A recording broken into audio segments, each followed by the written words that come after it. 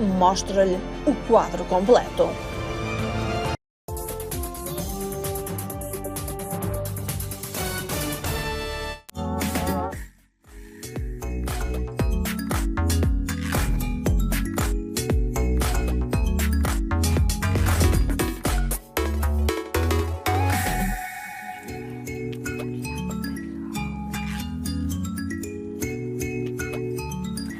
The promise of a better life in a foreign land has become increasingly alluring to thousands of Africans in the recent years. But sadly, these promises have often come under false pretenses of new jobs where millions are finding themselves in getting into form of modern-day slavery, especially in the Middle East, according to the International Labour Organization. We'll be looking into this in today's show. I'm here with my co-hosts Semingesh Yakoye and Amina Aliyu. Ladies, the situation in the Middle East with human trafficking is really bad, isn't it? Yeah. Very, very. I mean, as you said, the situation of some of the African migrants can be referred to as a modern-day slavery. They usually go through this kafala system. It's a sponsorship program, and that means their legal status is tied to the employer. And take Ethiopia, for example. There were close to 500,000 Ethiopians in Saudi at some point, and they do mostly domestic work, and they do long hours, and most of these domestic households are they are very isolating, you know. So that means the employers can confiscate their passports, they withhold their salaries, and they work long hours, as I said, and they are also exposed to physical, mental, sexual abuses. So some of them really want to run away, and they end up in detention center, which is even sometimes worse condition. They try to commit suicide. And sometimes they find themselves in a hospital, and they wake up to find that their organ is missing. And I tell you, they say, I heard it from them, they said that the worst is after years of labor and after like sustaining some of these abuses, they could end up being deported without a penny. A penny paid. That is painful. Yes. Can you imagine? Because all that work is really for money, and then you end up no money. money. Exactly. You leave your family, you leave your children to go to seek a better life. Hope, well, even if you know that you're going to be in domestic work, you're trying to provide a better life for your children or your family that you leave back home. And you know, you were mentioning Ethiopia and the number of Ethiopians that were in Saudi at some point. And it reminded me of one time I was going to Saudi, and you know how you have the Hajj terminal when you're going to Saudi, because it's just like a hop. So everybody flies Ethiopian Airways when they're going to Saudi. Yeah. And I remember seeing a lot of girls, a lot of young women rather, a significant number, and they were being separated from the regular passengers, and they were wearing blue shirts, and it had like a name of a company on it and a phone number, and clearly they were barely communicated. They're barely able to communicate with pretty much anybody, and I just remember looking and thinking, I don't know what this is, but this just looks wrong. When you go into a museum and you see school children in a group, you're not worried about that. When I was looking at these women, trafficking wasn't what came into my mind, and it wasn't even about domestic work. It looks very professional. Yeah, but I was looking at it and I was thinking, I don't know what it is, but this just looks wrong. Yeah. I mean, somehow. the way they're recruited, you know, some of them, they could come from rural areas without any proper training, without even knowing sometimes how to utilize some of the equipment in the kitchen, exactly how to fill out a form. Yes, at the airport, a lot of times they ask for help to fill out those forms. Well, on this edition of Our Voices, we'll discuss these challenges and that many African women face in their quest for job opportunities overseas, especially in the Middle Eastern countries. We will hear what some African countries are doing to fight what is now known as modern slavery that is affecting mostly women and girls. What agency can victim turn to for help? What can women seeking employment do to ensure that they don't fall into traffickers' traps? We begin by looking at the difference between human trafficking and legitimate employment agencies. Defined by the UN, human trafficking is the recruitment, transportation, transfer, harboring, or receipt of people through force, fraud, or deception, with the aim of exploiting them for profit. Traffickers use violence or fraudulent agencies and fake promises of education and job opportunities to trick their victims. A job recruiter or a labor recruiter, according to the International Labour Organization, can refer to both private and public entities that offer labor recruitment services. Private entities can take many forms: profit-seeking or non-profit. Well, it sounds like there is a thin line between the two groups.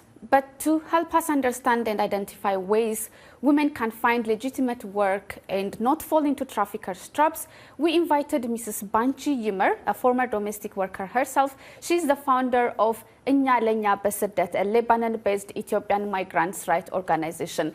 Ms. Banchi Yimmer, thank you for being with us.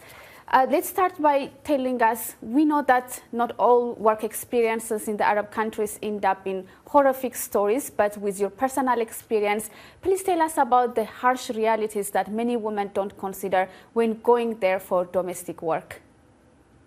Thank you so much for inviting me and giving me this opportunity to highlight this issue. First, my name is Banchi Yimmer, and I'm an Ethiopian, and I'm a former domestic worker. I worked in Lebanon for 7 years as domestic worker. When I start from my experience, like you mentioned, the reality when you arrive the country, you will work, and back home, what they will tell you, the expectation, two are unrelated. And they were promised to me I'll be get paid $250 and I'll have phone and I'll have a day off. And Lebanon is a Christian country, you'll have your freedom, you can go out, you can go to church, you can and meet your family. That was the promise and I've been given. Once when I arrived in Lebanon, they start in the airport, the slavery started, the slavery and the discrimination, the racism start in Lebanon. They took my passport. And I was kept in a small room for hours until the agent came and picked me. So since then, I never saw my passport. In 2018, I left Lebanon, and I'm currently in Canada. It's been 10 years since I saw my passport. So until now, today, I don't have passport. So I don't have any document at all. So that's what they start the abuse. And since I started working, I changed several houses. So some of them don't have food, and I worked and I kept in the agency. I've been sent home to home for his kids, fiancés or boyfriends or husbands to work for free. 6 months I didn't get paid. And the last house I worked is there is no food in the house. There is not enough food in the house. I used to spend at least between $75 to $100 from my salary to feed myself. There is no clean water. And I used to sleep outside the balcony. The balcony, it is closed by window, but I used to sleep on the floor. Yeah. So the kitchen and the balcony, it was open. And I can see 2 a.m., 3 a.m. and people walking into the kitchen, drinking and water, opening the fridge.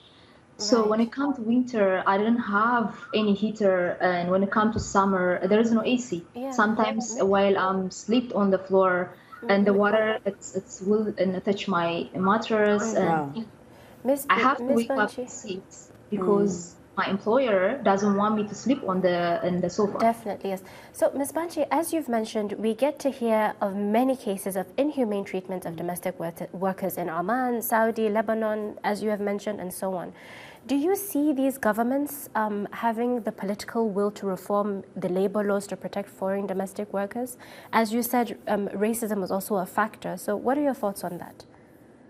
I don't think so, because it's a cheap labor. And not just cheap labor, many of them involved financially. They are benefiting from by working with some of them with the human traffickers, some of them from the tickets, the living and working papers. I don't think they will. And also, yes, and back in 2020, if you saw the domestic worker, they were thrown on the street by their sponsor after we taking care of their kids, their family.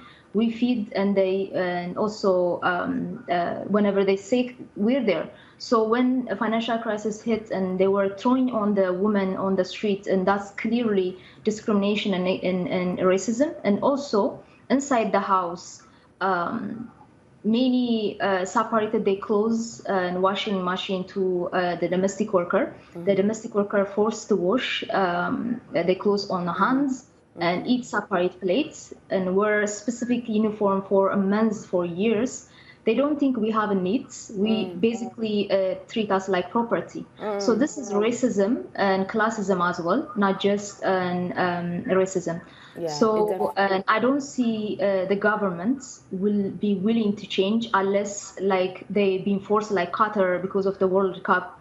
The world was screaming and they are about to host the World Cup. Maybe if it's their interests attached to it, or the international community forced, or they benefit from abolishing the kafala, but if it's not, I don't think they will change.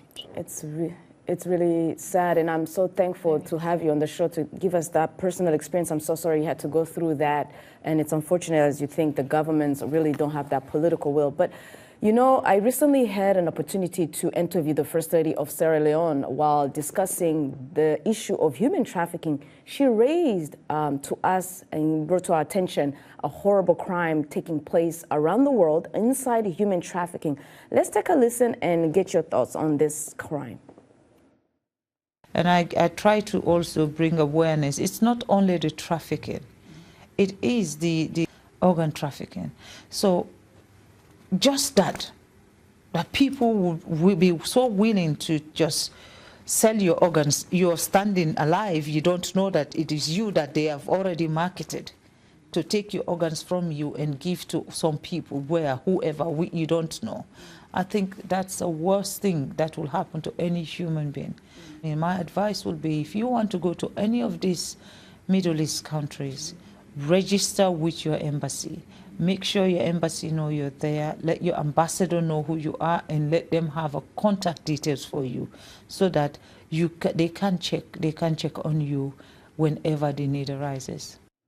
It's such a blessing to see you with us and to be able to know that you didn't go through organ trafficking, which a lot of women face now. Definitely something to think about. The World Health Organization says that there's an estimate of 10,000 black market operations that take place per year, or more than one operation every hour of organ trafficking. Now, Mrs. Banshi, we hear of these reports in Lebanon also. What is your take on that, and what was your experience around that? Well, regarding the organ trafficking, still we don't have evidence in Lebanon, and our work mainly focuses in Lebanon and Ethiopia. But to comment what she's saying, and the human trafficker operate outside of the country. That's not only the issue. Inside the country, any migrant worker coming, any country of origin, and the migrant worker coming, the human trafficker will start inside the country. They are operating, recruiting, and manipulating or misinforming the migrant worker for better life or hope, and it's not exist inside the country. It's not like an awareness. It should be accountability, and there is no accountability in many countries. Some are like, again, benefiting from the recruitment agency, people working on in several ministry and benefiting from the human trafficking. So no accountability. As I see is awareness. It has to be awareness as well, but not just an awareness. It should be accountability.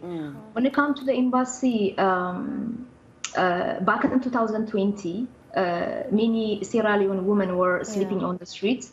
Some of them like kicked from the sponsor and throwing on the street like a garbage. Some of them and they ran from the abuse, and not just Sierra Leone. Many migrant workers were sleeping on the streets. So Sierra Leone, they were one of them. So I didn't see any help from their embassy. First of all, they don't even answer if they are exist. Some of them they put like honorary consul. Phone numbers, yes. I understand. Some of them they are not in Lebanon. Some of them they don't even answer their phone. Definitely. Thank you so much for that information, Ms. Banshi. So it's time for a quick break. When we return, we'll look into some solutions to finding safe and successful work experience. We will also hear advice from Kudehia, the union fighting for workers in Kenya. Don't forget to visit us on our social media. We are on Facebook at VOA Africa. On Instagram and Twitter, our handle is at VOA Our Voices. We are also on WhatsApp, and our number is US country code +1 202 503 9025. Stay with us.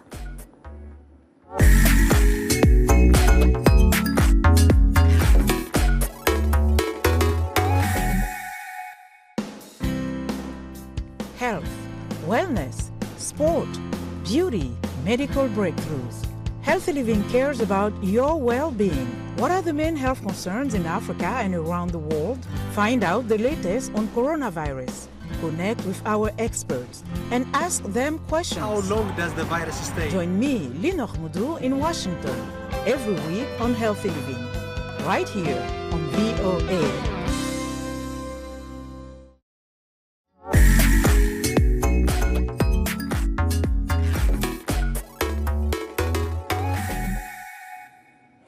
Welcome back. You're watching Our Voices. We're discussing what many refers to as modern slavery, particularly against women migrant workers in the Arab Gulf states. We are happy to be joined by Mrs. Banchi Yemer, a former domestic worker herself, and the founder of Inya Lenya Besedet, a Lebanon-based Ethiopian migrant rights organization. She's speaking to us from Canada. Now, as we look for solutions, Kenyan authorities are training domestic workers who accept jobs in the Middle East countries in their rights after years of reported abuse there, including beating, rapes, and deaths. Let's take a look. It's been a year since Bernard Njenga and his wife Esther Thuku had died in Saudi Arabia, where she had been a domestic worker for 3 years. He says Saudi authorities reported his wife had committed suicide at her employer's home, but he believes the mother of 4 was murdered. Mwili wake ikuwa na nini za kujinyonga, maana mtu akinyonga huwa anakazwa that would show that she had hanged herself. Shida ni kwamba mwili ni kama ilifufuliwa kwa sababu ilikuwa chafu, meno ni chafu yote, na unapata kama kuna kisu ilikuwa imemdunga katika left. So hiyo ilikuwa mambo na kujinyonga. Kenyan authorities say that since November, at least 23 domestic workers have died while working in the Middle East. Most of those deaths occurred in Saudi Arabia, according to labor officials. Saudi authorities have reported that all 23 of those deaths resulted from cardiac arrest. In April 2020, Amnesty International reported that Kenyans who have jobs as domestic workers in the Middle East often complain of lack of payment, forced labor, physical abuse, rape, and dangerous working conditions. Now, Kenya is offering safety training for domestic workers who take jobs abroad. So when you don't train them, then basically you are exposing them to exploitation and abuse. Part of the training also includes labor rights awareness. They have to know how to bargain and to talk to employers about decent terms and conditions of employment. These are among 30,000 Kenyans who migrate to the Middle East to find work each year. Kenyan authorities say they're working with Saudi officials on labor law reforms. We would want, in case, we would want them to also upscale their laws to protect workers and employer equally, not to discriminate and have the attitude of employees right always. Number 2 is that the pay is reasonable, commensurate to the work. VOA reached out to the Saudi embassy in Nairobi for comment on alleged mistreatment and death of Kenyan workers. In an email response, the embassy said the kingdom does not condone illegal and ill treatment of anyone and said Riyadh is working with Nairobi to protect citizens from any offense. Meanwhile, officials say with an estimated 2 million young people graduating each year and only about 800,000 new jobs according to national figures, many Kenyans will continue to go abroad to find work. Victoria Amunga for VOA News, Nairobi. Now, Ms. Banchi, we just heard an important step that a government anywhere in Africa can take in availing training for overseas domestic jobs. What are some things that women should consider when thinking of traveling overseas for work, especially in the Middle East? The first to mention about like training them or raising awareness is not enough. As long as the kafala system exists, many will they are suffering and they will continue to suffer. So my advice is for many African countries, keep the young men and women at home, so you don't send them to death. You don't send them to the slavery. That's the first thing. But the second things, even if they are like going, and there is no insurance, and as long as the kafalas exist, the abuse will continue. But all I can suggest is they should go before they go. They should have a communication, or they should have an address where to call, where to seek and advice. Understanding their rights. Not just their responsibility. Whenever a problem happens to them, and also to know where to reach the communities, the NGOs, any other stakeholder who can help them. So the advices I will give is stay home. It's not safe as long as kafalas there. Yeah, as you said, if they end up going, can you tell us some safe actions, maybe 2 or 3 that they can take away when someone finds themselves being exploited and or abused on a domestic job in a foreign land? Okay, so my advice is whenever abuse happen and while you are inside the house, it will be the better chance you report it. Whether it could be for any NGO or community or anyone, even not all the embassy, some embassy helped. So it's better to report it while you are inside the house. Once you are outside of the house, you will be vulnerable and also more, you will be exploited more. So you'll be also brought in complaint against you. So it's better like you complain when you are outside. And the second things are like, and it's better, don't not hope if you didn't get paid for 3 months or the law says 4 months. If you didn't get paid like at least 6 months, do not hope they're gonna pay you and do not stay. Many stacks for 10 years or 15 years without getting paid. So this is the thing and I can tell. Okay. So as an NGO, you have helped more than 5,000 people. Tell us about the services that you provide. Okay. Since 2018, 17, in I've been helping, and in general, we help over 15,000 migrant workers from all nationality on emergency assistance, rent, and medication. And then also, we repatriate over 700 migrant workers to home country, especially Ethiopia. And we do send over 200 domestic workers who've been stuck for false theft accusation or attempted murder or false and physical abuse case. They've been stuck for up to 6 years. And also we give legal assistance for those sisters, and they are safe and home. We do also not just repatriation, we work on integration. And we send and the woman, especially the single mom and the most vulnerable, and we do education program in Ethiopia.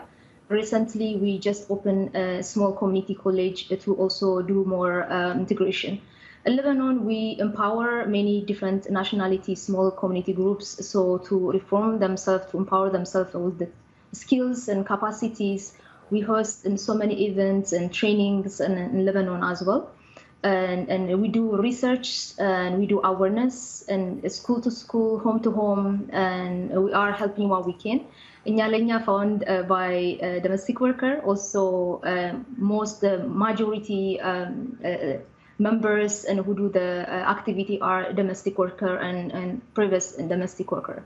So this is in our work. These are all very important. You are doing a very important job, and we want to thank you, Ms. Banchi Yumer, a former domestic worker and the founder of Inyalenya Besedet, a Lebanon-based Ethiopian migrants' rights organization, helping to raise awareness of the issues associated with foreign domestic work. Before we close, let's hear from Kudeha's advice to workers. It's the Union for Domestic, Hotels, Education, Institutions and Hospital Workers in Kenya, who spoke to our colleague Brenda Mulinya. Seek for proper information. Consult widely. And before you go, get it right. Don't go where you can see black spots. That's right. Don't go when you see black spots, is what he's saying. If you think there's something fishy, don't go. And I think like anytime we see these women, like we were talking about earlier at the beginning of the show, we see women in airports. We travel a lot, right? We see women in airports who look disoriented, who are asking you to help them fill out these forms. Let's take some time to maybe just ask them, are they sure? Where are they going? Do they have any for? I think, Ariane, when you're so convinced that your situation is so bad, that's true, right? And you're just determined that this is the only way, even though you have a gut feeling. Right. The truth is, you will ignore the gut feeling because all you can think about is providing for your child. Sometimes just that extra voice at the airport. Maybe you are right, but you know, like these things, they're reported in local medias, in international medias. You hear that from your neighbors, your communities, but still you are so determined because you feel like you just consider the money you are being promised. And you feel like, well, I mean, sometimes you feel like anything is better than what I have now. So you just want to go and try. And when you are that convinced, at least give them the information, like what they need to do. Well, so that's what we're talking about. The embassies. There's also the mindset. For example, there's so much kidnapping in Nigeria going on, right? And I'm a journalist, we report that all the time. But then I never feel it's going to happen to me. So sometimes, even though realistically you know that something is bad, no matter how much you drill it into people, I think because they're so determined, sometimes people are determined to just stay in a bubble and just assume, well, that's for other people. That's not going to happen to me. On the other side, too, I think there is a responsibility of teaching them what other options are there. Instead of migrating, are there any other options I can explore while I'm here? And also making those resources available. The awareness, also the resources they can exploit to help themselves get out of the situation that forced them to migrate. As Banshi had mentioned, if you're in a situation, don't wait 2, 3, 4, 5, 6, 7 months, or even a year of not getting paid and think that it's going to get better. She said it's not going to get better. She just told us that she just spent 7 years, 10 years, she's still never had her passport back. So I think that those who are there, if we can speak to those who are there, is that if you think your situation is bad, it's not going to get better. It's better to try to see this message, Ariane. Those who are going to see the message, and I'm hoping they will, because you know sometimes they do have phones, some of them, and they're able to communicate there. And some of them have WhatsApp groups where they tell each other what's going on. And I think it's just a wake-up call to say, look, it's not going to get better. Find a way to get out of that situation. Hopefully maybe contact your embassy or contact these kind of organizations because the situation is not going to get better, is what I really got from I think it's also important that there is an organization like Inyalenya President that is formed by former domestic workers who know what it feels like to be in that situation and can provide. Every country, they need to have more sensitization. But you know, not all situations are bad. Some people will go there and have a good experience, but in most cases, it ends up bad. Now, that's our show for today. We thank you for being with us, and we hope that you'll be with us again for another hot topic next week. Until next time, have a great day.